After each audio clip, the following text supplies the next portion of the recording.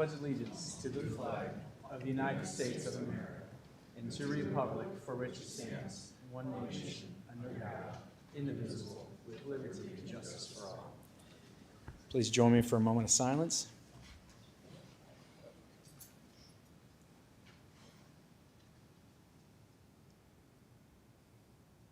You may be seated.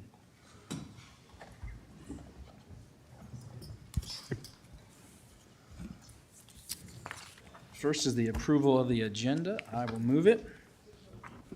Second. Motion by Bittinger, second by Nelson. Any discussions? All in favor say aye. Aye. All opposed say nay. Motion passes 5-0. Next up is the consent agenda. Items 2 through 7 constitute a consent agenda of routine action items to be considered by one motion. Items pass unanimously unless a separate vote is requested by a board member. Number 2 is the approval of minutes from the March 25th, 2025 meeting. Number 3 is the approval of claims. Number 4 from County Auditor Michelle Scaff is the approval of liquor license application for the Anthem Golf Course in Anthem, and an approval of liquor license application for Scarecrow Farm in Lawton. Number 5 from Secondary Roads, Laura Severs, and Human Resources Melissa Thomas. It's approval to waive the nepotism policy for potential Secondary Roads Department employee. Number 6 from Human Resources Melissa Thomas, approval of memorandum of personnel transactions, and B, authorization to initiate the hiring process. And from number 7, from Board Administration Karen James, approval of resolution for a tax suspension for CZ. And with that, I will move it. I'll second that, but I'd like to have discussion on number 5, and I would just ask Melissa to come up and I've taken a lot of calls about this one, and so I was hoping that our lovely HR gal would just kind of walk us through the policy handbook on that, and we can talk about what this is, so thank you. Sure. Melissa Thomas, Human Resources, and we have been asked to waive this nepotism policy for a upcoming employee. This is a policy out of our handbook, which is driven by our Board of Supervisors. This has nothing to do with the collective bargaining or any type of union agreement. This particular person was the best person for this job, and we made sure that we went through all the right hoops to get this to happen. So that is why, and this is unusual. We've only done this like maybe twice since I've been here in the last 8 years. And this is from section 1.3 of the policy handbook from the backup? Yes. Yeah, okay. I don't have And any that problem. handbook is on our website if anybody needs to look at that policy. Yes. Yep. Yes, it is. Okay. All right. Motion by Bittinger, Yep. second by Thank Nelson. Any other questions? All right. All in favor say aye. Aye. All opposed say nay. Motion passes 5-0. All right, thank you everyone for attending, those that are here for the public hearing. Now we're past our 4:35 set time for another public hearing. So for myself, this is the public hearing for the Community Development Block Grant application by the Critton Center. And so with that, I will move to open up the public hearing. If anyone wants to speak for or against this grant application, please come to the mic and give your reasons. Yeah, you can come, yeah. You're going to present, yeah. Hi, I'm Christina Egging-Postma with Crittenden Center. Thank you for the public hearing. We have been working, of course, with the Board of Supervisors and with Chairman Bittinger on our application for this, and the information is in the packet in regards to what we are hoping to do with this project. And so, as required by some of the public hearing requirements for this specific application, there's a document in the packet that outlines the need for the activities and how we identified those, and those are listed number 1 through 6 in the packet, specifically starting with our transitional therapeutic home, which is our youth emergency shelter, was built in the 1970s, previously serving as a nursing home, and therefore the physical design of the space is outdated and worn, presents challenges for addressing the needs of our youth, and limits the number of youth that can be served. The client mix of youth served has been changing over the years, and we're serving a younger and younger population. Our kids coming out of foster care are at an increased risk of homelessness, which carries additional risks related to human trafficking. There's been an overall decline in shelter beds across the state of Iowa. Actually, a shelter just closed again yesterday. We know our children served by the child welfare system have experienced significant trauma.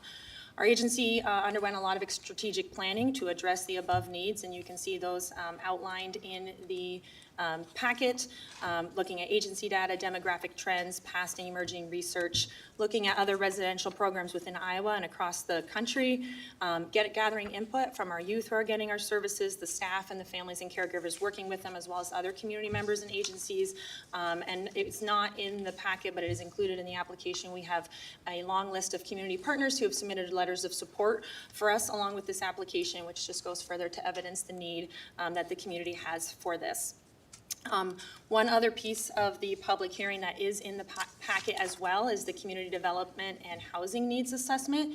So this is a required component of this hearing as it relates to identifying the needs and using community development block grants for this. And so that piece of the packet really pulled from the work that Woodbury County had already done in completing your Woodbury Plan 2040 and outlining the needs of low to moderate income families as they are served. And so that is outlined there.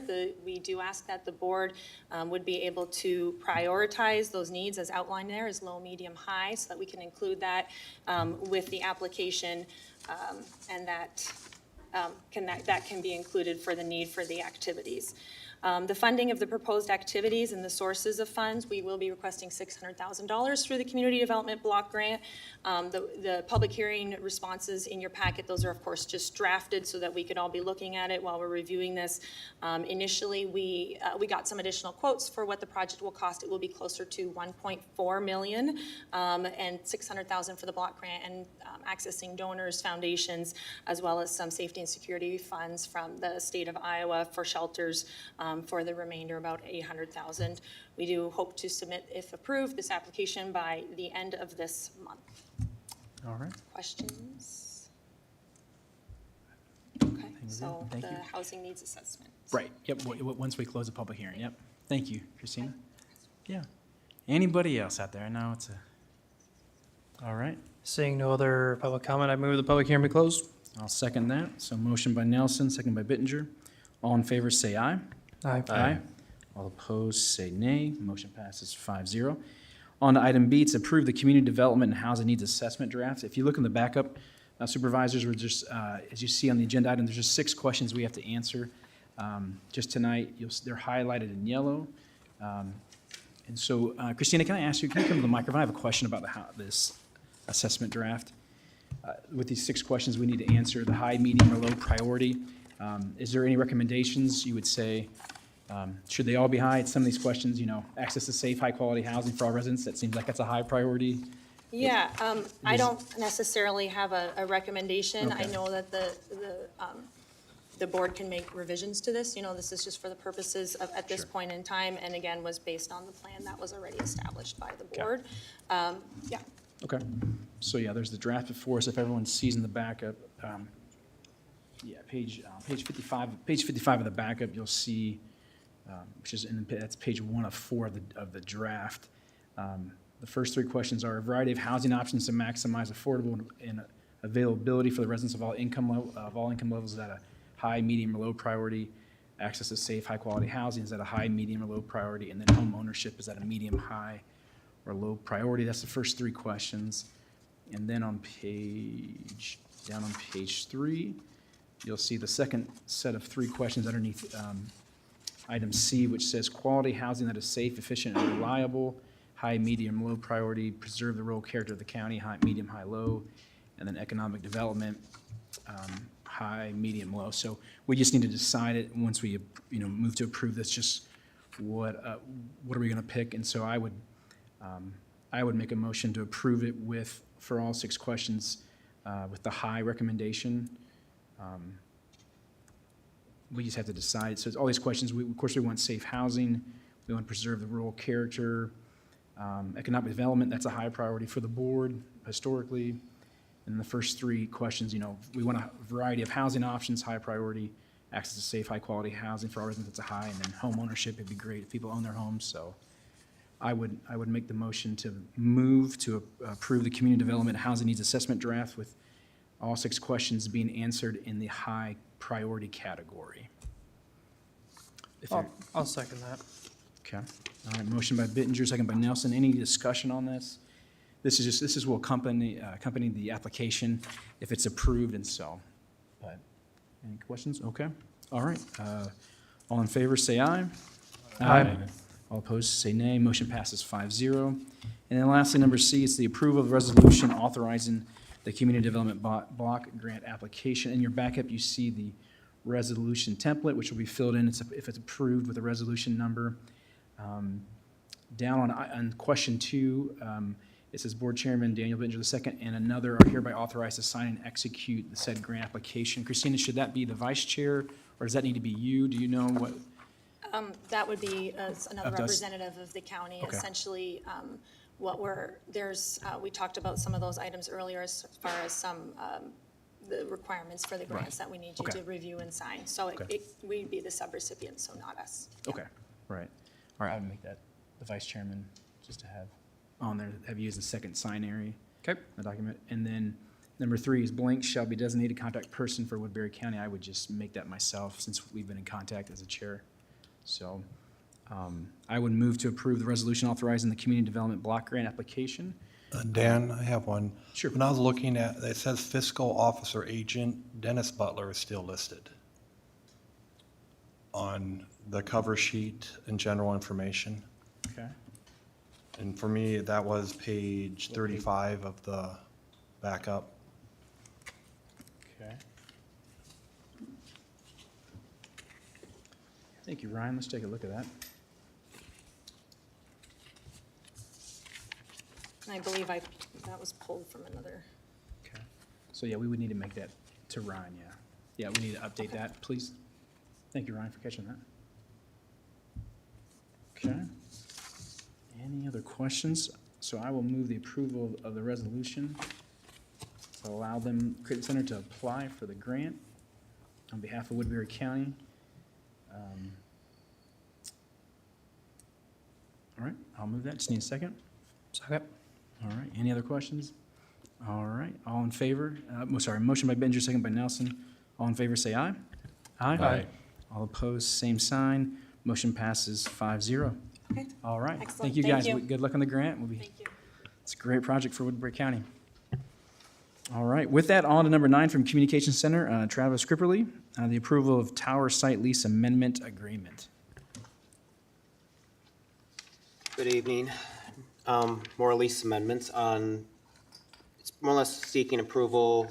The STARCOM Executive Board approved a rent change to Siouxland Communications, which is the main corporation of Fibercom, IMON, whatever they're referred to these days.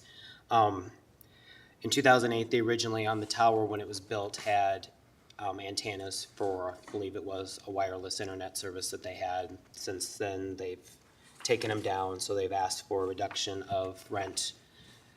It may seem considerable, but it's just, all they have at the tower site now is a 28-foot by 28-foot footprint of the base of the tower for a cabinet they have for fiber.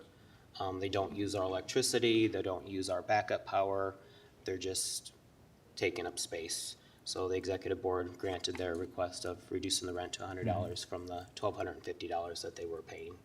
So, Okay. Any questions? Yeah, there wasn't any concerns with the STARCOM. no, I mean, Group at all either, so. the STARCOM budget already had a reduction to the city and county at, I'm not sure what it was, but this year there was a reduction. So, I'll move that. No second. All right, motion by Nelson, second by Dietrich.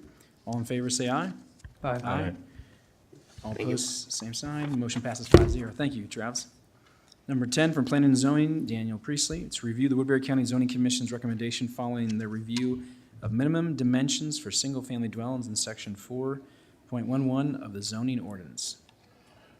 Good evening Supervisors, Dan Priestley, Zoning Coordinator. This is just to ask you to receive the recommendation after going through a couple public hearings with the Zoning Commission to review that minimum dimension of 23 feet for the a single-family dwelling. The Zoning Commission Of course, in the backup material, Chairperson Chris Elmerzant described the situation, what led the commission to have the recommendation that there was insufficient public demand to change that respective dimension after going through the couple public hearings.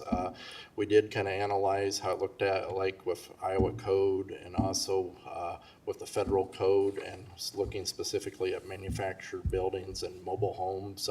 We found that in section 4.11, as a county that don't have building codes, 4.11 still is linked to following federal regulations as far as manufactured and mobile homes. So there are opportunities for expansions to those type of structures as long as they follow specifics to the federal code and the federal requirements, where they kind of have to have a shared weight load and very specifics tailored into the federal code that would have to be scrutinized. So with that kind of information, as well as looking at kind of the intent with that 23 feet that was put in there, we do have a couple zoning commissioners that were around at the creation of the 2008 ordinance as well, so they were well versed on knowing the context, as well as looking at the public demand. In the 2 public hearings, we had 0 folks show up at the November meeting, and then we had a couple show up at the January meeting, so there was definitely insufficient public demand on that. Okay.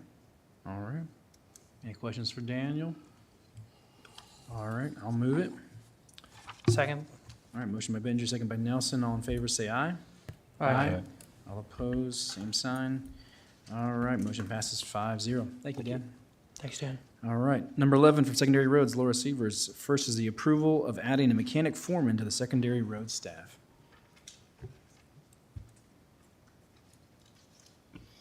Hello. Hello. I would like to propose adding the mechanic foreman position to secondary roads.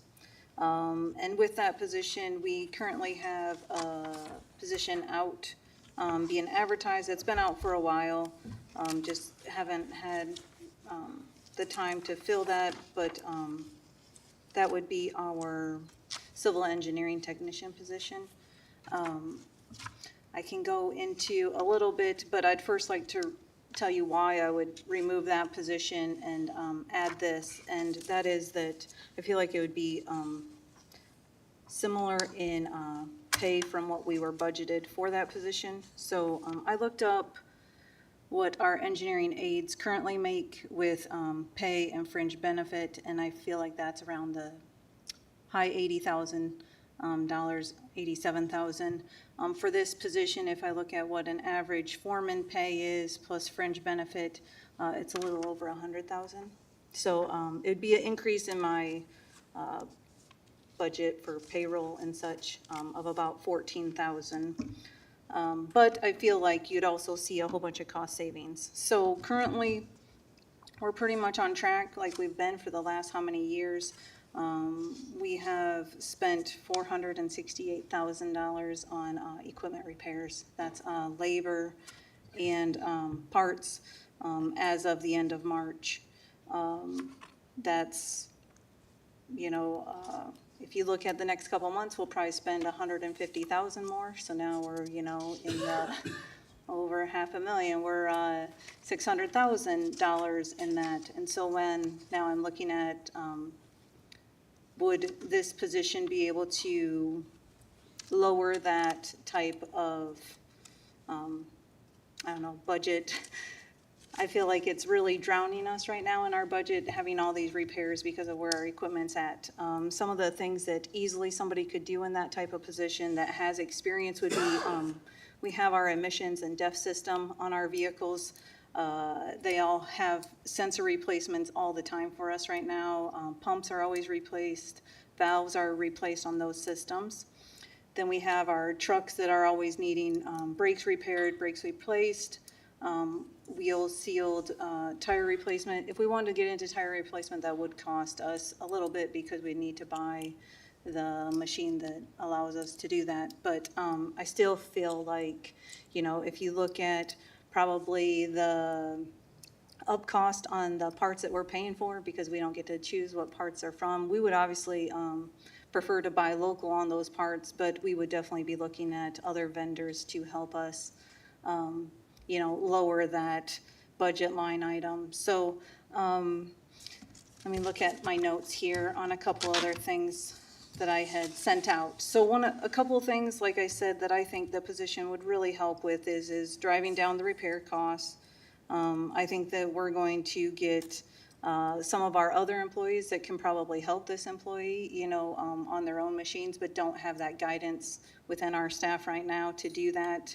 Because he or she would only be one person, so obviously they can't take care of all the repairs, but could probably direct people on how to do it. With that position, we'd also probably need, it's called the diesel laptop. There's other brands out there, but it would be the diagnostic kit. Some of the parts on our machines just need recalibrations, and this machine would be able to do that. We bring in a vehicle to get recalibrated on any system in it, and that's a $1,500 charge. So it's things that, I feel like this position could really help us bring down the cost. We're willing to give up a position for that position, but hopefully the cost savings would be that the position would turn out to be free. But I can't guarantee that, but it just seems like the obvious step that we need to go to. I would say most counties do have, this type of position, so it's not something that's surprising that secondary roads would be asking for. I don't know what all the questions you guys have about a new position, though. What questions do you have? Yeah. I wish Melissa would have stuck around, but she's gone. I thought Melissa had told me that the assistant engineer position that was open, that the salary on that was 115 plus Okay. benefits. Yeah, I think that's So correct. I had looked at, the lower position. We were looking for either the aide or the engineer and training position. So yeah, that Okay. one, if we had found one of those, that is that pay. Okay. So I just talked with a technician this morning on a machine that he just got done, and the labor was double the parts bill.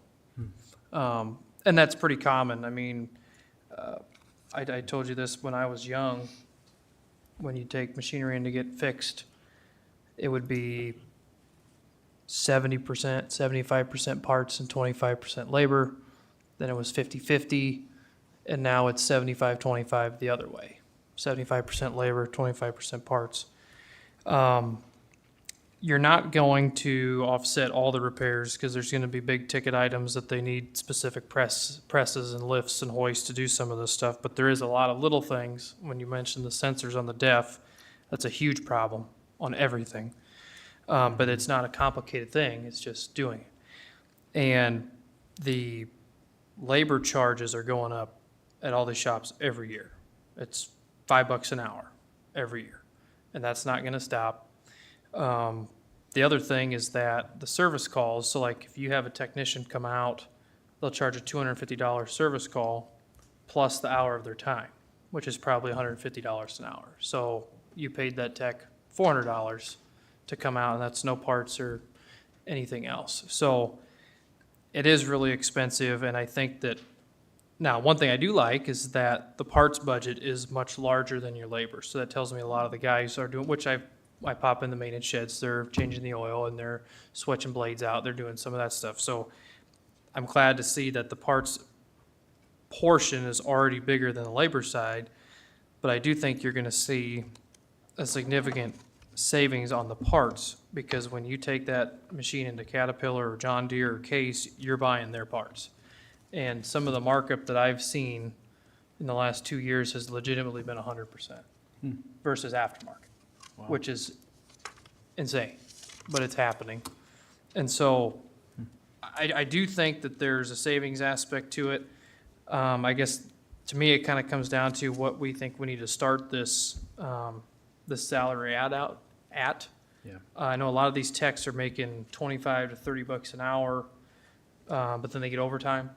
They work 5.5 days a week, so they get a little bit of overtime every week, and in the busy season, they're for sure, they're out late at night, they're out Saturday and Sunday all day. I would kind of be more comfortable if we're starting in that 70 to 80 range plus benefits, and then kind of see if that would hire somebody in that, and then go from there. But I do think that there would be savings on the labor and the parts portion of this. And I think that if you start in that 70 to 80 range, that you could probably attract somebody. Yeah, and I agree with that too. And I guess I don't know what the technicians make at like the different, semi-repair shops or John Deere or something like that. But one of the questions I, had, because I saw the material was sent to us, like, how much is the diagnostic machine?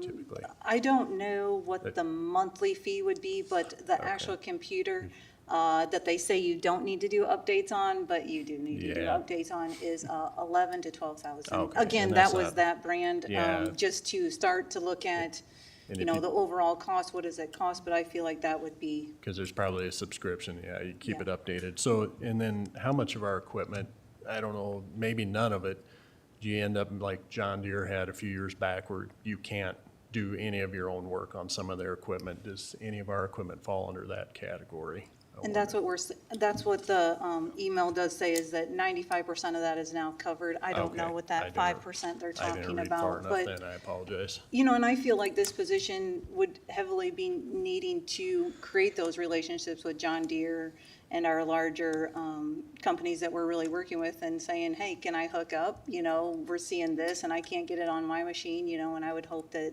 they're gonna create those, relationships, and hopefully, we can hook up and pay just a small fee to work with them on those things.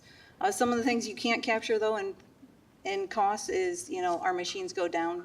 Sometimes it's our newest machines that go down, and that's sad and that's frustrating, because that's the machine I need on the road the most. But to get it all tied in, to get all the kinks out of it, we do see that happen. And then we have an individual that, they could be out either blading or hauling for us, and instead, they're doing other tasks, but that task didn't really need to be done.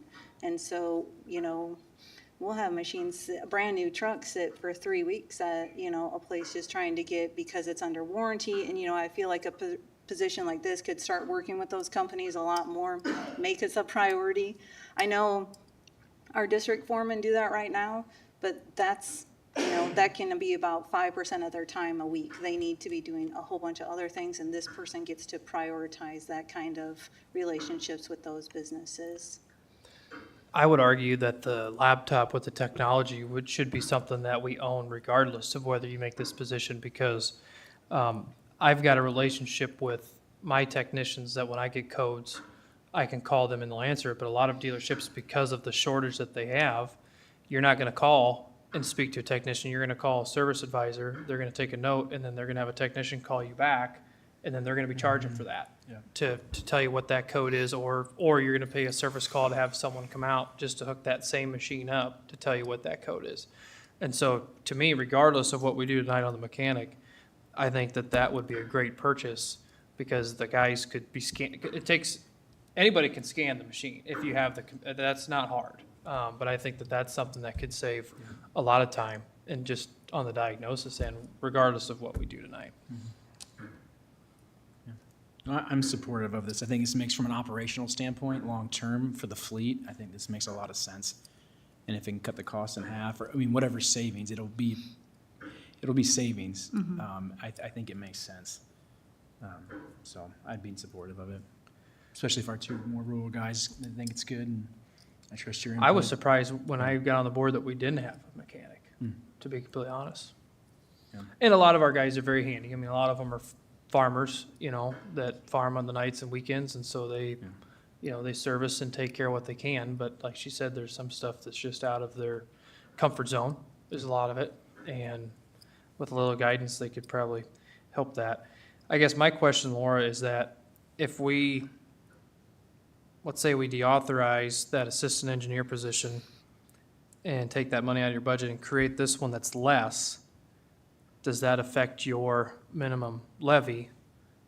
So like, let's say if the assistant engineer is at 115 and this new one's at 80, we'll take the salary or the benefits out of it. We'll just talk salary. That's a difference of 35,000.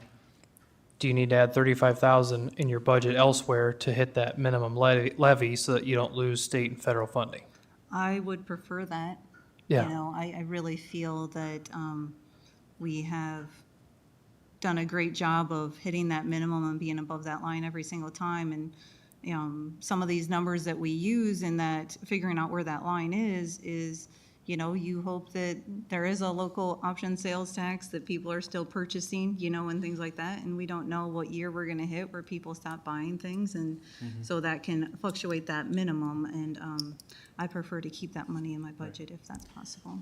Well, I mean, it doesn't make sense, right? We take that money out and then we lose hundreds of thousands. Well, of how many federal dollars would we lose if we didn't meet the minimum? It's just that any funding that was given to the county for your roads and bridges that come out of the state they call it reallocation to states that were above, or counties that were above the minimum. Oh, Yeah. So if you want to give it to your neighbors, that's very kind of you, but I'd really like it. okay. They could probably make some of that cost up with the tools and the equipment that are gonna be needed in And that that's position. true. I would, like, the computer would be a cost, if we could do that. And yeah, if we wouldn't mind putting a little bit more in the tools, that'd be perfect. I did talk about the tire thing, though, just quickly looking one up, they might be 25,000 again, once this person is available and has time and feels that we're gonna have a ton of cost savings in putting the new tires on ourselves, and things like that in a quicker process. That would be an amazing cost savings again. But the upfront cost is the machine to do that, so. Okay. All right, so with this, Laura, do we need to, if we approve this, do we need to set like a limit? Like Or set a salary? range? Set a range, yeah, set a range in this. If you would prefer that. Okay. We'll look to the elder over here. The elder statesman. The question is, do we need to set a range? Yeah, pay range for this position plus benefits.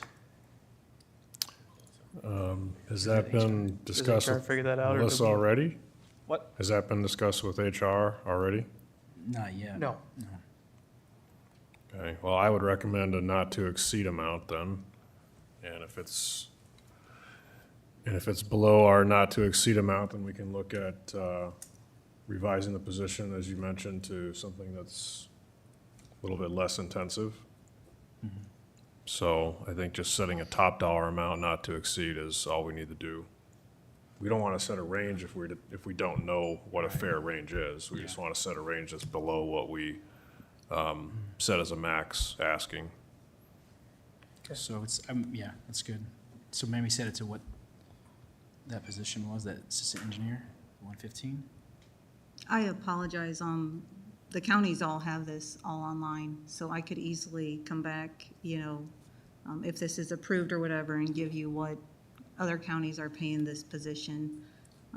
That's just something I didn't think of coming with tonight, Sure. so. We could do that. We could do that, yeah. So okay. So with that, I would make a motion to approve of adding a mechanic foreman to secondary road staff, contingent upon Laura coming back. Could you come back next week with those numbers? Comparables? Yeah, comparables, yep. So I would move that. Do you want to add in there that, based on what that range is that you recommend, that whatever that shortfall is for your minimum levy, that you come back with us come back to this board with whether that's going to be a tool budget or rock or whatever you decide, so that we can kind of just do it all in one deal. But she's going to need tools and a system for it, so you can maybe have that budgeted too. Okay, But I would second okay. that. Did you get that, Michelle? You're a good ventriloquist. All right. All right, so motion by Bittenger, second by. We can't This lose is the great, minimum levy. Mr. Nelson. You're like, his motion is this, and I'll second that. That's good. Thank you. I try. Motion by Bittenger, second by Nelson. Sorry. That's funny, Matthew. All right, all in favor? Yes, Michelle? I just wanted to ask a couple of things. Sure. Did I hear that there was going to be a deauthorization? Correct. Okay, so there'll have to be an additional agenda item to deauthorize the position. I'll And let just Melissa help for, me with that.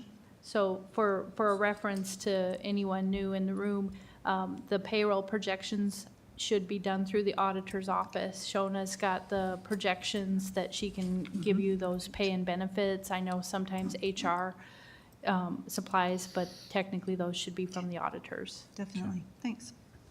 Okay. Thank you, Michelle. It's good learning. Yep, always constantly learning. It's good. All right, so with that, all in favor, say aye. Aye. All opposed, say nay. Motion passes 5-0. Thank you, Laura, for bringing that.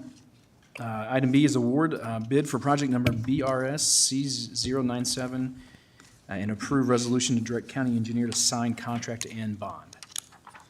Yeah, we have another bridge project to do this summer.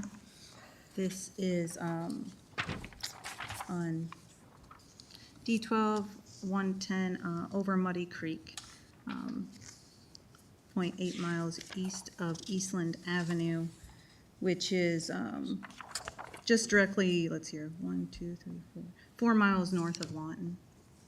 All right, so we will go through, we had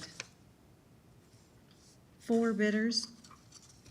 Our lowest bidder was Christensen Brothers with a bid of $894,938.65. The second bidder was Graves Construction at $942,052.83. Dixon Construction was third with $949,831.70. And Minturn Inc. Was at $1,093,202.45. What was That actually, the last bid was near our estimate, so the bridge contractors are coming in at a very aggressive pace, so we enjoy seeing those numbers. Why is that? Why are they? They didn't get much work last year, so they didn't have a lot of carryover this year. Okay. And then also, I think that there are some items that have come down. I think our steel price right now is coming down, so that's a big item in a bridge. Yeah. What was the estimate on that bridge? Like I said, it was just over $1 million. Oh. So we yeah, are, We're coming Yeah. low, we're yep. coming in under. Yeah, It's good. and we've seen that, the Elk Creek Road, that project Oh, was yeah. under, and then the bridge on Jewel, I call it the Cowboy Bob Bridge, that one was really under, Yep. so, okay. That's good. I would move the granting of the bid to Christensen Christensen Brothers out of Christian JP, Brothers. Iowa. for the amount of $894,932.65. Did I get that right? 38, right? Yep, 894, 938, and 38. 65 All right. cents. Thank you. Second. All right, motion by Nelson, second by Dietrich. Any further discussion? All in favor, say aye. Aye. All opposed, say nay. Motion passes 5-0. Thank you, Laura. Thank you. Before you run away, the bridge on Jewel, I know they were pouring that deck. What's the timeline on that one getting? Bridge rails are done, so I assume that we've had some wet weather, so it's just gonna be weather dependent on when that one can get back opened. But in the next couple weeks? Yeah. And then the Michigan Ave Bridge, just north of Highway 31 between Correctionville and Anthon. I see the cranes out there working on that one. What's the timeline on that one? Do you know? That I was don't that know that true, one. I think that Yeah, True Steel. one. Right, I don't know. Okay. Sorry about that one. No, that's all right. Everyone is excited in our neighborhood to get that bridge back open. Right, So, yep, been 6 years. thank All you. right, thank you, Laura. Thank you. All right, next up, item 12 is just budget review, discussion. And so with that, before we get into item 1, any hiring of freeze approvals, and just, Michelle, do you want to give us an update first before we go into that? Any updates you have for the budget? Yes, I can.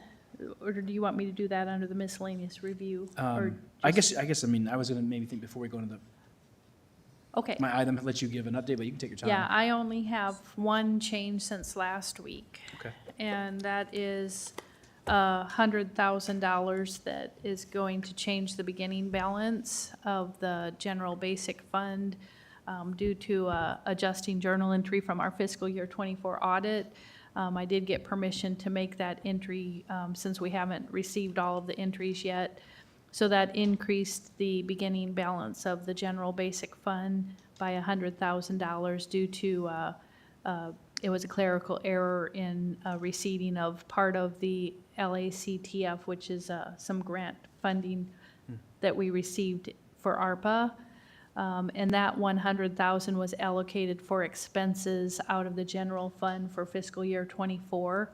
So those, so that actually it was allocated to offset the general basic fund by expending it out of the ARPA fund instead for actual budgeted items from fiscal year '24. So that increased the beginning balance by 100. So if you look at your screens, I think I've got it on everywhere. This is that spreadsheet I did last week, so I've adjusted the estimated beginning balance by the 100,000. This is the one that shows the ending reserve balance if all of the current expenditures were used using reserves. So that brings the ending reserve balance to 16.95%. I know Ryan and I are going to work together a little bit more tomorrow and look at some of the other beginning balances in regards to, we Right. still haven't had time to encompass the payroll piece of unexpended positions, that Right. we know that there's some funds sitting in some of those departments, but we'll have to work with those department heads to make sure that we're good with that. So that will change a little bit, but right now, that's the only change since last week. Okay, thank you. Thank you. Yeah, just update for myself, no hearing, Supervisor Nelson and I had talked this week. We're hearing from a lot of people that, you know, they want to see the levy stay the same, and I agree from talking with fellow supervisors and others that we want to do our best to keep the levy the same, keep it a flat levy, so that's something we'll keep working towards for that. So let's go into our main item here for today for the budget review. It's just fiscal year 26 hiring freeze approvals. I know last week, thank you for all of our elected officials and department heads being here and talking. My thought for today is this, we'll just go through these on a case-by-case merit. If we need to freeze a position, that's all, we would just need a motion for that. But if we do not want to freeze any positions within the department, of course, there's no motion needed on that. So I'm just going to go through the list. Thank you to Melissa for sending out the list. I think all the supervisors got that list of open positions in your email today from Melissa Thomas. So I'll just start just with the county attorneys. We had 3 open positions, 3 have been offered, and so I would just say I would not like to freeze any of those and to keep those offers on the table and keep the county attorneys at full staff, since that has been an ongoing battle for years. And so that's my thoughts on that. If anybody wants to make a motion to put any freezing on that you can do so. But then if any other discussion, if not, we'll just keep moving on. If I don't hear any, okay, all right. Let's keep moving on. Conservation, there's 6 seasonal positions that are open with that. So, Dan, I know you're here, Dan. What'd you say? I said there's 6 seasonal positions I know that you're hiring for, correct, for the summer? Yeah. Yes. There are seasonal positions. Yeah, come onto the mic real quick. Yeah. So these positions just help you just run like They don't mowing? help, they run the They run the parks. place, yeah. They do Yeah. the mowing, the Yeah. cleaning, Okay. and they do some of our patrol on weekends during the day. They're out there doing the, meeting with the campers and Yeah. in the cabins and checking people in, cleaning cabins, so I don't consider them open. That's not a position. Now, Okay. I've had my office manager analyze that. And so when you contact us, when Michelle Right. and Ryan contact us, I do have some positions that we won't be able to fill. Okay. But Okay. those important ones, Yeah, the seasonals are important to. for yeah, I don't summer look at those as revenue. unfilled. Right. Those are every year that we hired it to help make our organization run. That's why we Okay. don't have full-time employees to do that job. We do Right. seasonal. It's a lot cheaper because Right. we're not paying benefits. Okay, all right. That's all I needed. All right, thank you. Yes, sir. All right. So it sounds like those are needed for the summer to bring in the revenue. Okay. All right. No motions there, all right. Secondary roads, they have seasonal staff, supervisors. I know I forwarded you guys an email this afternoon from Laura Severs about some of these positions, but go ahead, Mark, I saw it. Well, I was, just how we talked earlier, I mean, obviously, if any of these freezes affects your minimum levy, but I guess the question that I have for you, Laura, is like on the part-time equipment operator and seasonal staff. Are those positions that you want to keep? Would they be better served if we defunded, deauthorized those and used that money elsewhere in your budget, whether that was for equipment, infrastructure, rock? Now's the time we're looking at everything, so that's just something I thought about today. Yeah, we're Not to put you at- on the spot, No, no, sorry. no, that's fine. Let's talk about the part-time position is always just kind of there and it's nice to have available, but, it can easily be, the funds can easily be put somewhere else.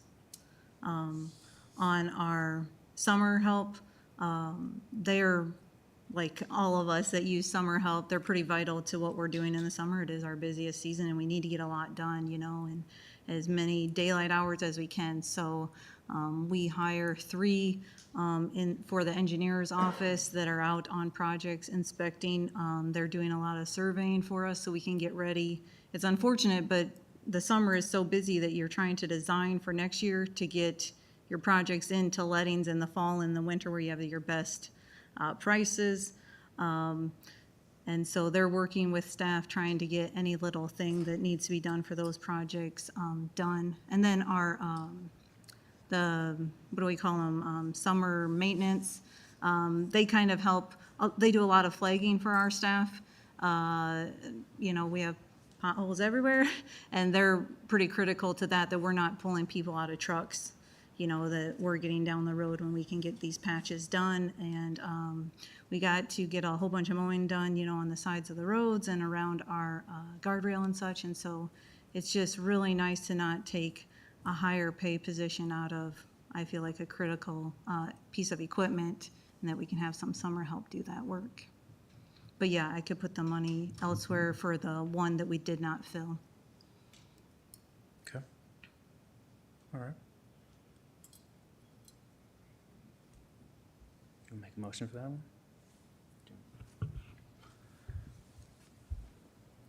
Well, yeah, we could move to, well, we can't defund, I mean, we can, I guess we can defund, not deauthorize, but I guess that's up to Laura if she wants that money somewhere else in your Yeah, budget or not. definitely. All right, well, then I would move to defund the part-time Equipment operator? equipment operator position for secondary roads. Okay. All right, I'll second that. All right. But just to clarify, this doesn't actually reduce our askings. It's going to be reallocated, and the reason Yes. is because we have a minimum levy we have to achieve, or else we lose state funding Correct. Correct. Correct, yeah. specific to your department. Yes. So, Yes, we are gonna, yeah. We are gonna protect, yeah, secondary roads, yes. So, good clarification question. All right, so, motion by Nelson, second by Bittinger. All in favor, say aye. Aye. All opposed, say nay. Motion passes 5-0. Could we touch base again on my seasonal? Oh, sure. We have some security guard positions that have not been funded because the hourly rate is too low. When they can go make $100 an hour, they're not gonna work $30 an hour for us.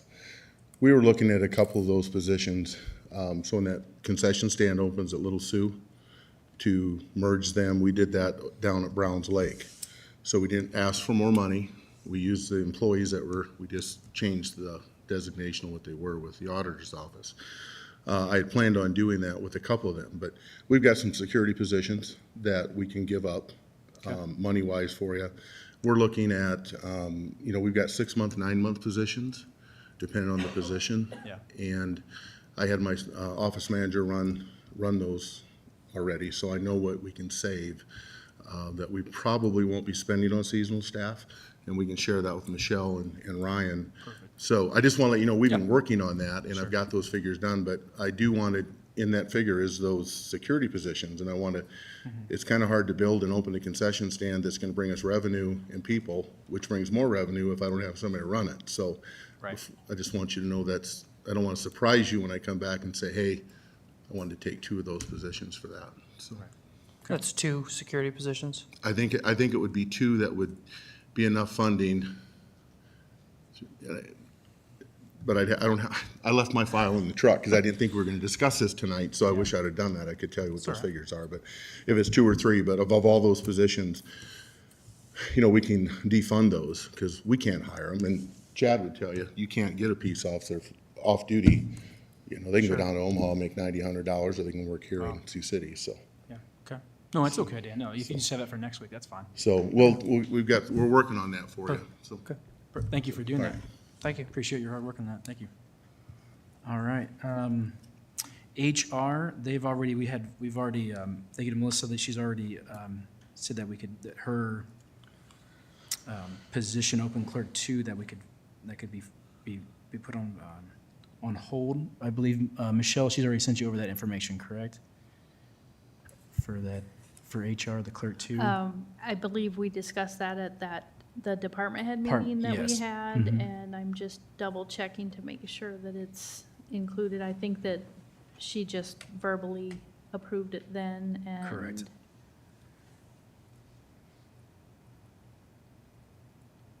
Yes, that one has been reduced in the figures that Okay. have been last week and this week. Okay, perfect. Okay, thank you.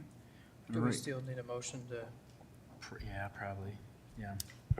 Yeah, I don't recall if we made Yeah, one. we've not made one yet. So I'll move to defund but not deauthorize the clerk 2 position in HR for fiscal year '26.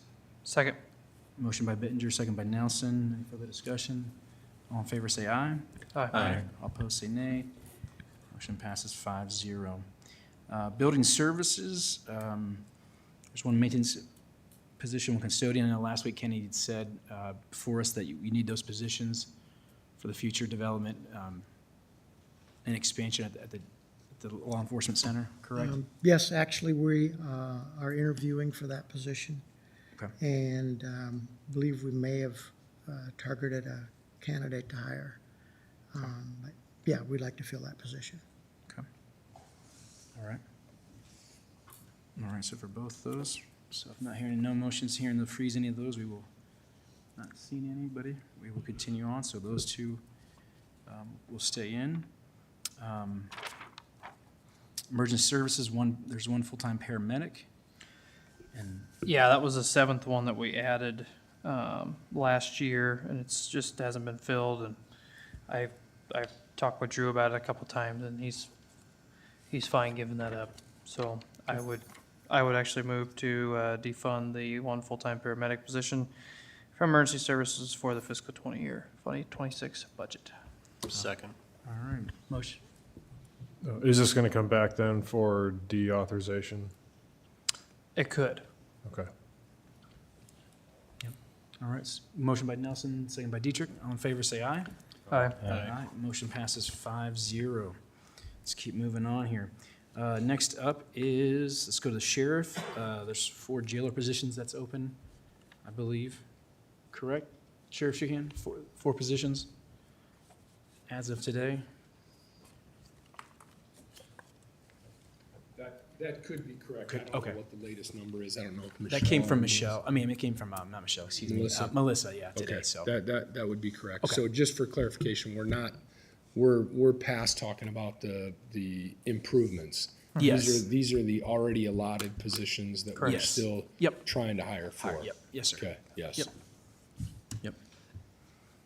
Yeah, we wanted to go through just a case by, department by department scenario, so yeah, so. Yeah, Yep. so obviously, Yeah. I mean, we get can't right. not fill those positions. I mean, so I hope you Right. don't freeze them. Right. We understand, right? Yeah. No, thank you, sir. We just want to, all right, so with that, I would agree, that would not seem, from an operational standpoint, to freeze those would not help us, so. Yeah, we got to maximize revenue from all sources, so. Right. Okay. Lastly, we have is just the treasurer's office, and so, I know, Tina, thank you for talking to us last week. If you want, you can come with the mic if you need to. I know you talked about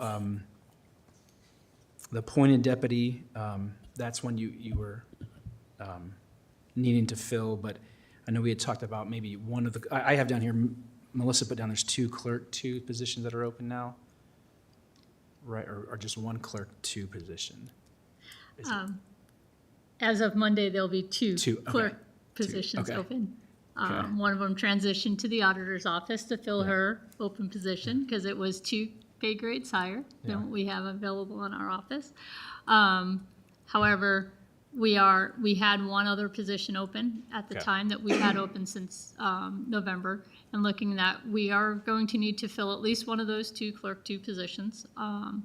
But in some of our conversations, just holistically in the office with management team, we are looking at a whole kind of reorganization of the department. So we have not yet filled the open deputy position. We had a deputy that retired in August of last year, or maybe she actually left in July and we paid her through August for vacation wages. So we're looking at that position. What we know right now is I do have other staff actually filling some of those, doing some of those tasks. So I know that there's a position there. It's just what kind of position that wants to be. But we are working without that other clerk 2 position. So basically what we're talking about right now is for FY '26 is to do a hiring freeze for the clerk 2 position and work through what that other position wants to be, or needs to be, I should say, and then take a look at it. I think last week when we were talking about some of the stuff too, as I said, as an information item, the one thing I would say is with freezing that position is there's a likelihood that during our busy season, we may need some overtime. Because I get to share some of the information. Yesterday was the last day of tax season, and we had 453 people in the lobby. Oh, my goodness. We had another 150 people go through the drive-up, and I think we had about 100 people out in Anthem. Wow. So you could see we're probably going to have a little bit of overtime this week, only because we have to catch up some of the work. We just prioritize what we have. We deal with the customer in front of us and go from there. So I do anticipate, although we might be able to freeze the position, we will need some money probably allocated to overtime because we do not have any overtime budgeted at this point in time. Okay. So that's I That's think, good. what we've kind of discussed Right. internally. Yep. Yeah. Thank you for looking at that, just the organizational reorg for your department. Thank you for, just being forward-thinking, and. Yeah, and again, for some people who don't understand, I do have 4 deputy positions. When the tax department was located down here at the courthouse and motor vehicle was up at Trosper Hoyt, it was needed, without a doubt. When they did that consolidation about 5-6 years ago now, operationally, we've changed. And then, of course, there's new technology out there. There's all sorts of other things that can help us kind of look at what we need to do. And I think it's just time to look at the whole organization holistically Yeah. to see how it needs to function. That's good. Thank you. So I think of all departments, perhaps the treasurer's office is by percentage the most staff proportion. Like staff versus supplies, equipment, other costs. We are 88.5% Yeah. of staff cost over supplies. Yeah. Our biggest supplies really is postage. We do get offset a little bit from some state funds, and obviously, we do have the motor vehicle revenue, which is to, handle the staffing cost of providing that service. But yeah, I mean, we don't produce anything. What we do is we provide service to our community, and that service is in forms of, the motor vehicle processing of title transfers and things like that. And then, the other thing we look at the services we provide, it's not just to the people, it's to our other taxing authorities. It's to the county. I mean, we are the tax collector, so we do bring in all that money, and we have to make sure it gets out to the appropriate department. So, I mean, that's kind of a behind-the-scenes type of a thing, but it does impact our community. Because without those funds, we don't have the assets that benefit our quality of life. I mean, that's where it comes. And I mean, even on the motor vehicle side, there's money that comes back into the county through to secondary roads, because it's the RUTF funds that come through. We collect a large bulk of that. I mean, we don't collect all of it, but we do collect a large bulk of that, and it does actually come back through. So we look at our organization in terms of not only our constituents, but who are our other team members and stakeholders. Yeah. So from a revenue volume, I mean, we take in a lot of revenue with that amount of staff. We handle a lot of customers Right, with yeah. that amount of staff. Yep. But you're right, from an expense perspective, our expenses are the smallest portion. Yeah, and I think years ago it was about 90% before postage went up, from what I remember. And I just bring that up because if you're saying you have overtime, we got to take that pretty seriously. You know, for this current fiscal year, I hope that when we're arriving at this 16.95% we're at right now for beginning balance, that we're also taking into account estimated overtime and not just savings, because we need to take account of both. Because if we're targeting, you know, we need at least this much for, you know, like a bare minimum of reserves, if we haven't accounted for overtime, that's not going to be good.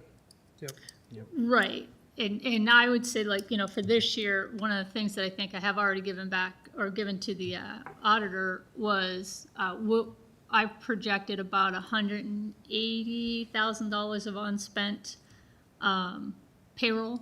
Some of that is a result of, and I haven't had a check, so I apologize, Michelle, I didn't actually run that number. I kind of just ran what I had in my budget where we're projecting out. Some of that's a result of turnover, where we went into the budget with higher paid people. We're gonna have some of that too, unless we can make those calculations. Because that one position that's just open, she's at my highest level. She's at a step 5.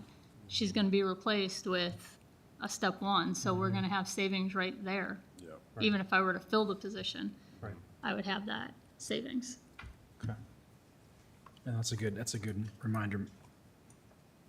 Anthony, yeah, Ryan, I'll work with you. Ryan, let's work on that this week to look at some of those overtime projections and just make sure we have that. Yeah. So I'll get with Ryan on that. So with that, I would move just to freeze one clerk 2 position to defund but not deauthorize in the Treasurer's Department for the fiscal year 26. Second. All right. Quick question. Was it also the deputy position as well? No, that one. No? No, There was the a- request was to keep the deputy position open at this Okay. point in time, because And there just is a freeze one. position. Okay. Because I'm using some of the clerk level right now to Right. do some of Okay. the tasks. I But misunderstood I've been then. thankful that I've had that opportunity, you know, where somebody are willing to do that and not necessarily get paid that wage, but we need to figure what that wants to be. Okay. What I know is that it's not a clerk 2 position. Is it a deputy position? I'm not sure. Right. So, Yep. Thank you, Tina. All right, motion by Bittinger, second by Nelson for that. All right, all in favor, say aye. Aye. All opposed, say nay. Motion passes 5-0. All right, with that, that is 3 positions to help save on expenditures, and then for secondary roads, that money will be reallocated in your budget, Laura, so that's good. Some savings there. Just updates. Ryan, this week, I'll work with you. Welcome back. I hope you had a good trip over the weekend, enjoying some basketball, but we'll be working with Ryan to look again at some of those unspent funds. I know you, Michelle, are doing that, so we'll next week have an update for the board on that to look at what's any of our carryover funds. And with that, that's all that I have. Michelle, unless you have anything else for budget review? Yeah, I just wanted to bring up a couple of things and maybe, Oh, actually, I have one more thing, but you go first. Go ahead. oh, I'm Why sorry. don't you go ahead now? Mine can Okay. wait, yeah. There's a few cash accounts that our auditor has had recommended and talked to Dennis a little bit about looking at to see if these are actually funds that we want to continue carrying a balance because they haven't been used for a while. Okay. One of them is, it is fund, where did it go? It's called a state credit fund. It's Fund 4, and it is, money that's receipted in there is related to a pilot program, and we have not spent out of this fund at all for the last, I believe, 3 fiscal years, and it has a balance of $29,914. So I know that these funds come in by EFT to the treasurer, but I'm not familiar with what they are for, or I don't know if anybody else in the room might be familiar with those. And I think it's PILT.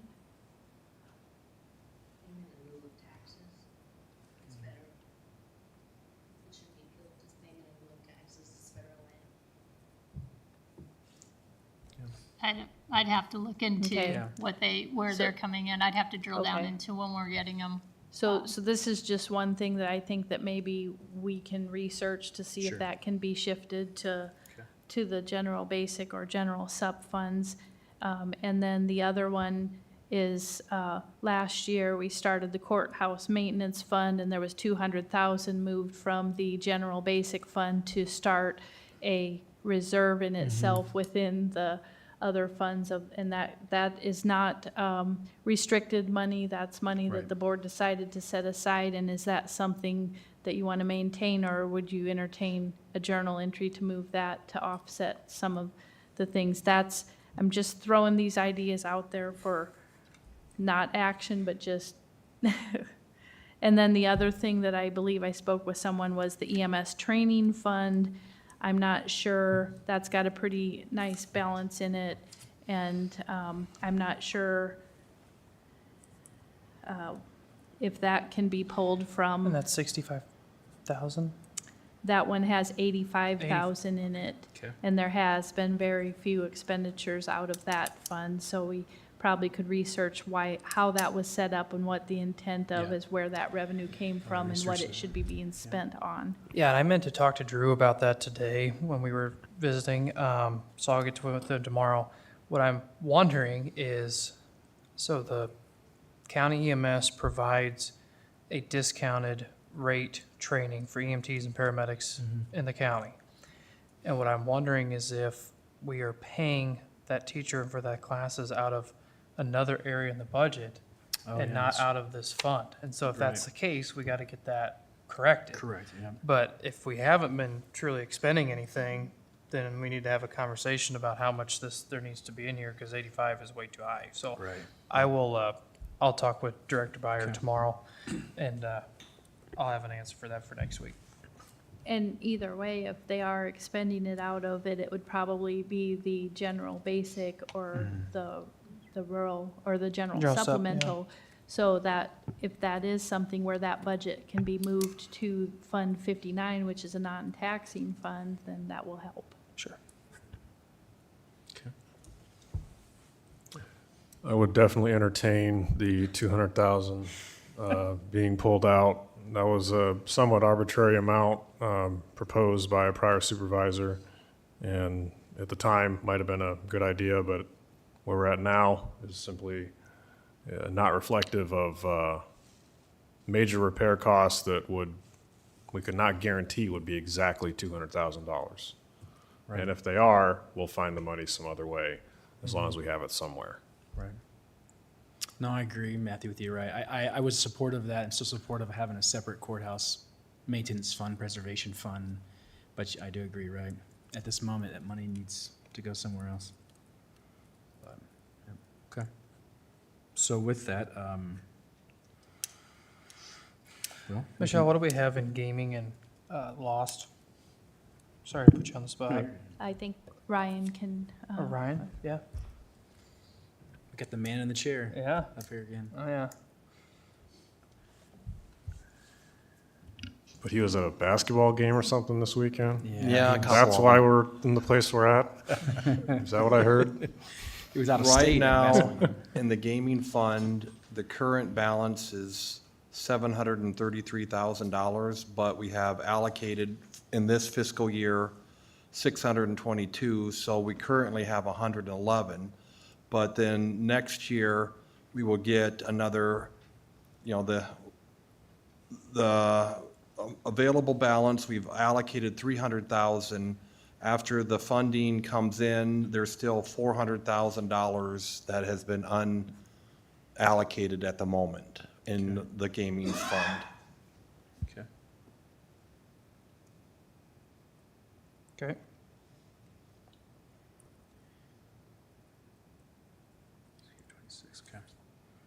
So So 111,000 fiscal year '25, that's remaining unallocated, correct? Correct. And then about we'll add 389 to that 389. after allocations. That, I remember that. Then the lost Or 289. fund, there's 461,000 that would be unallocated at the end of fiscal '26. 461? 461. And that has included 250,000 transferred to the debt service fund. Okay. All right. Thank you, Ryan. Okay. Very good. Was anybody want to make a motion for the courthouse maintenance fund, reallocating those dollars? We can do that today. Is that something we can do today? If it's in budget review, right? Joshua, there's no action, nothing in all under miscellaneous review for action or information. So to be consistent with what we've done prior weeks when that happened, I think it should come back at a future board meeting. Okay. All right. Well, I'll put that on the agenda for next week. So Joshua, anything in the miscellaneous review, if we're gonna do anything, we have to have action, even though should it say miscellaneous action, all funds? Well, Or, I mean, I so, just need to so the clarify. standard is that the agenda has to reasonably apprise the public of discussion that's gonna take place Okay. and any action to be taken. So for this item, we say budget review discussion, and then B, miscellaneous review all funds, without any words indicating action there. Okay. I think it's hard to argue that the public would be reasonably apprised that you're gonna take action. Gotcha. Okay. No, that's fair. Mr. Chair? Yes. So basically, if something's on the agenda, is it something that's gonna be reflected in the minutes, like it has a item number? It Okay. needs to have a, Gotcha. Okay. No, that's fair, yeah. I just know sometimes we want to get those savings. All right. All right, that's fair. My only update I had was about general supplemental. I'd like to keep the levy the same, and so I know, Michelle, last week you talked about that FICA transfer. I know we're going to shift stuff into general basic, but I do think it's good if we can keep that levy the same, and then worry about bringing down that deficit in general basic. So, but just some thoughts on that. And that last week you said that 2.4 in general basic, that was reflecting if we put everything in general basic, correct? And keep the levy flat for general sub? Okay, so the general supplemental, what I suggested is that we don't move all of it so that we can have a balanced budget in the general supplemental, Yeah. because we were going to be at a 3% reserve level at the end of the year, and so Yeah. that would keep us at the 8% Right. starting level Okay. if we don't transfer 693,000. Now, it's going to change a little bit because I believe that this freeze on the EMS is going to help the general supplemental a little bit. But if you look at the reserves versus expenditures here, this includes not transferring that full amount, Okay. so that brings up that reserve a little bit Okay. in the general basic. Okay. And you don't want to do that? Is that what I'm hearing? Right. Can you go back to your first one? Right, yeah, that 693, you're saying, right, you said last week, if we do not move all of the FICA, right, the FICA on there? Yes. Right, if we don't move that, right. Yeah, I would say I like keeping that levy flat in general sub. Which in effect increases Increases. the deficit in Right, the general basic, right, but, right. I know it's kind of moving it around, but. yeah. but you're still able to see where the reserves sit at the end of the year for all of the funds, Right, if that were to occur. right. But, okay. Can I ask a question about the reserves? So for general sup and general basic, what are your thoughts on like a minimum amount? Because I know we talked about general basic a lot, but Yeah. is that going to backfill these in any situation that we can foresee?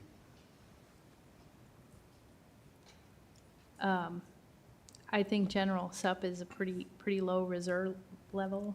I think 8% is extremely low. Yeah. And I think you have to look at them both the same, that we should have enough money to function for 2 months to get us through to when taxes revenue starts coming in September. And the general sup doesn't look like there is enough. Right. General basic is really eking by. Right. Ryan, can you, for this week, could you get us some numbers on what are, maybe what other counties have in general basic, general sup that are our comparables? And then also, what it would take, what do we need, what's the dollar amount to get general supplemental up to a healthy amount? Michelle, do you have any ideas? Like, we're Yes, talking- I'm giving you the advice that we get every year from our Just audit 2 is months 2 rundown. months Okay. worth, because that's what we need Okay. to survive until we receive the tax revenue. Okay. You know, we, as I mentioned before, we are one of Right. the lowest of the state as far as the amount of reserves. And usually when, in our audit, they look at the general basic reserve level, Right. they don't look at all of them. Okay. But Okay. you have to have enough money to function, Right. otherwise we're gonna, you know, Right. Yeah, Ryan, if you could just send out, send out to the supervisors, what, for general supplemental, what's the amount we need to have in there to get us, to run for 2 months? If you can just- Yeah, so we'd 2 months. basically would have to Oh, it's right double. there, sorry, I'm sorry, yep. Yeah, we Sorry, basically sorry. have to, we Sorry, my basically bad. have to double the general sup reserves that we have now if we wanted If to you look carry at 2 column months. D, that's your 2-month expenses okay. right Yeah. there. Sorry, I was For overlooking that. each of those. Wow, So 2 months would equate to what percentage? well, that would be.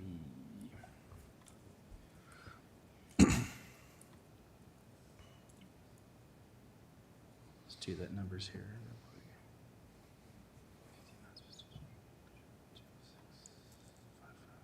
698.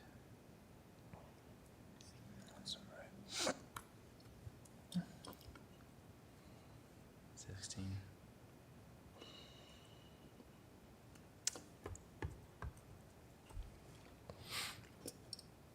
Well, if we were to move, if we remove that 200,000 out of the courthouse maintenance fund over to general sub, that would bring us up over 1% there.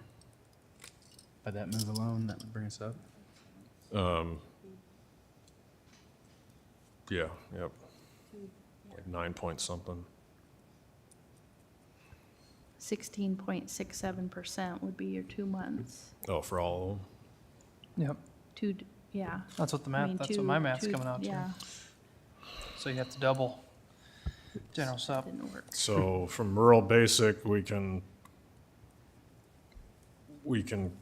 quote, cut out 120,000 and be down to 16.67. Yeah, but Right. I wouldn't do that. I know, I'm just Yeah, conceptualizing and Yep. then. So if we reduce 1% in general basic, it's roughly twice as weighty as general sup. So we go from let's say it's 17 down to 50, well, we wouldn't want to do that. 17 down to 16, then that moves general sup from 8 to 10, right? We still need to get it to 16. Yeah.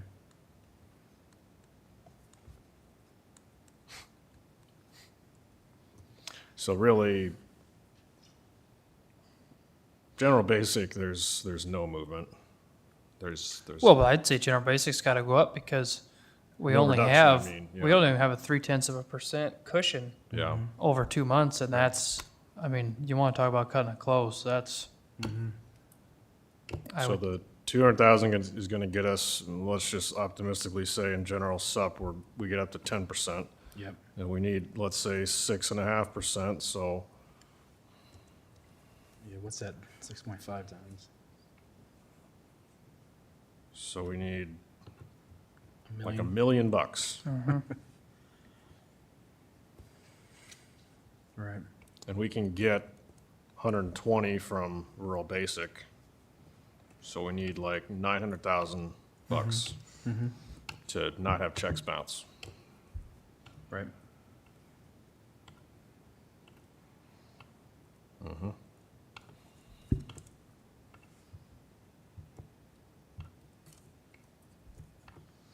Well, we can also see what comes back from the, this week. You know, Ryan, when you work, to see what comes back from the unspent funds, maybe we could use some of those to put back in general. What?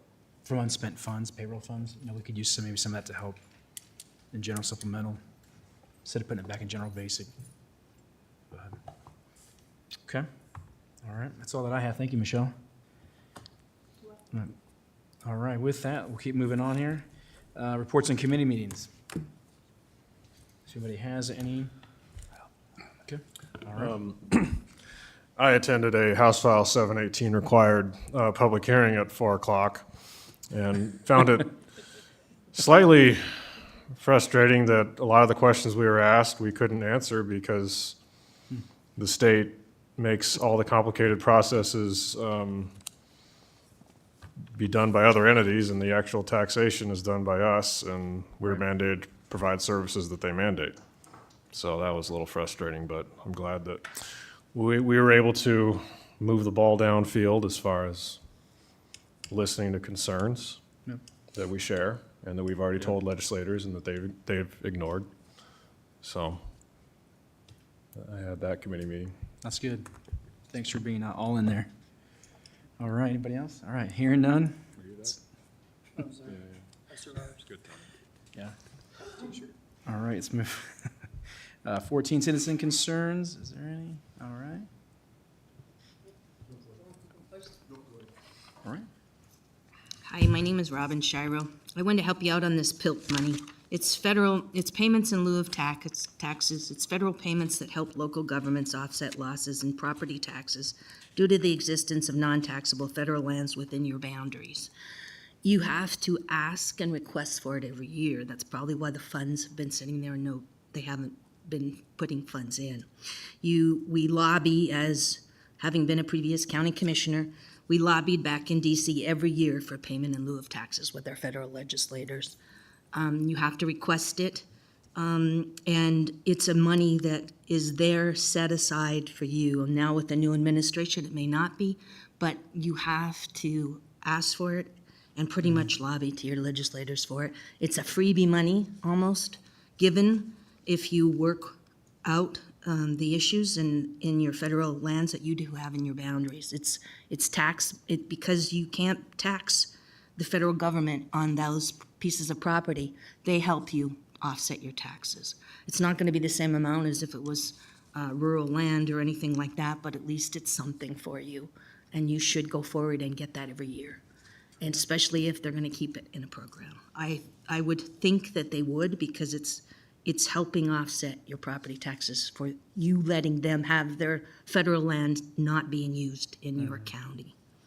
Another issue that I wanted to bring up is that when I was a road and bridge superintendent before I was licensed as a county engineer in the highest incorporated county in Colorado, so we had so much snow plowing, we did make our parts, and that was what was very economical for us. The first year we started doing that, we saved $800,000. A lot of it was shipping, because if you take into account you overnight your shipping when you're paving or when you're plowing, because you have to have them there right now. Your equipment's sitting on site, or the concrete when you have to pour a bridge and you need stuff like that, any pieces of equipment. So it will save you massive amounts of money. The first year I saved $800,000. So I encourage you to do what your county engineer's suggesting. Thank you. Thank you.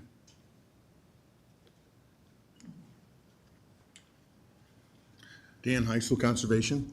Want to thank you for the contract that you approved last week on the repairing the nature center. That contractor started on yesterday, on Monday, We've already seen results. We've got doors that are opening and closing normally, more normal than normal. So, if it can be that way, but it's going well, and it's working, for the floors. And she's working with our schedule to keep the nature center open, and it's not gonna disrupt, all the programming we have there. So, just want to give you a quick update that they've started. It seems to be working. Good to hear. And we're very happy, and we want to thank you once again for addressing that situation with Kenny and my office. So, thank you. Thank you, Dan, for that update. Appreciate it. Yes, Michelle? I apologize, I forgot to mention this during the budget discussions. We do have to publish we have to get our publication to the board by the 3rd, which is Thursday, for the adopted budget. And so what we can do is, Ryan and I, we're gonna work on this tomorrow, is just publish it as is, which means you can still lower that amount. Right. And I assume it will lower by the time that it's adopted on the 30th. Correct. But the publication will be different than what's actually adopted. Yes. That'd be fine, yep. Okay. Thank you, Michelle. All right. See no more citizen concerns. All right. Board concerns, if there's any? We've all heard of Woman Aware that praises women doing good things in the community. But are we aware that we have a woman in the courthouse that's been doing great things under our nose that nobody talks about? So Friday night, I went to the Woman Aware banquet, and I see Karen there. And Karen was asked to be a judge of the contestants this year. So I thought that was a very neat thing, very honorable thing. And walking around with Karen, they have picture boards of all the past winners, and they have all these categories. It was a 40th annual banquet this year. And there happened to be 2 ladies in those picture boards that looked just like Karen.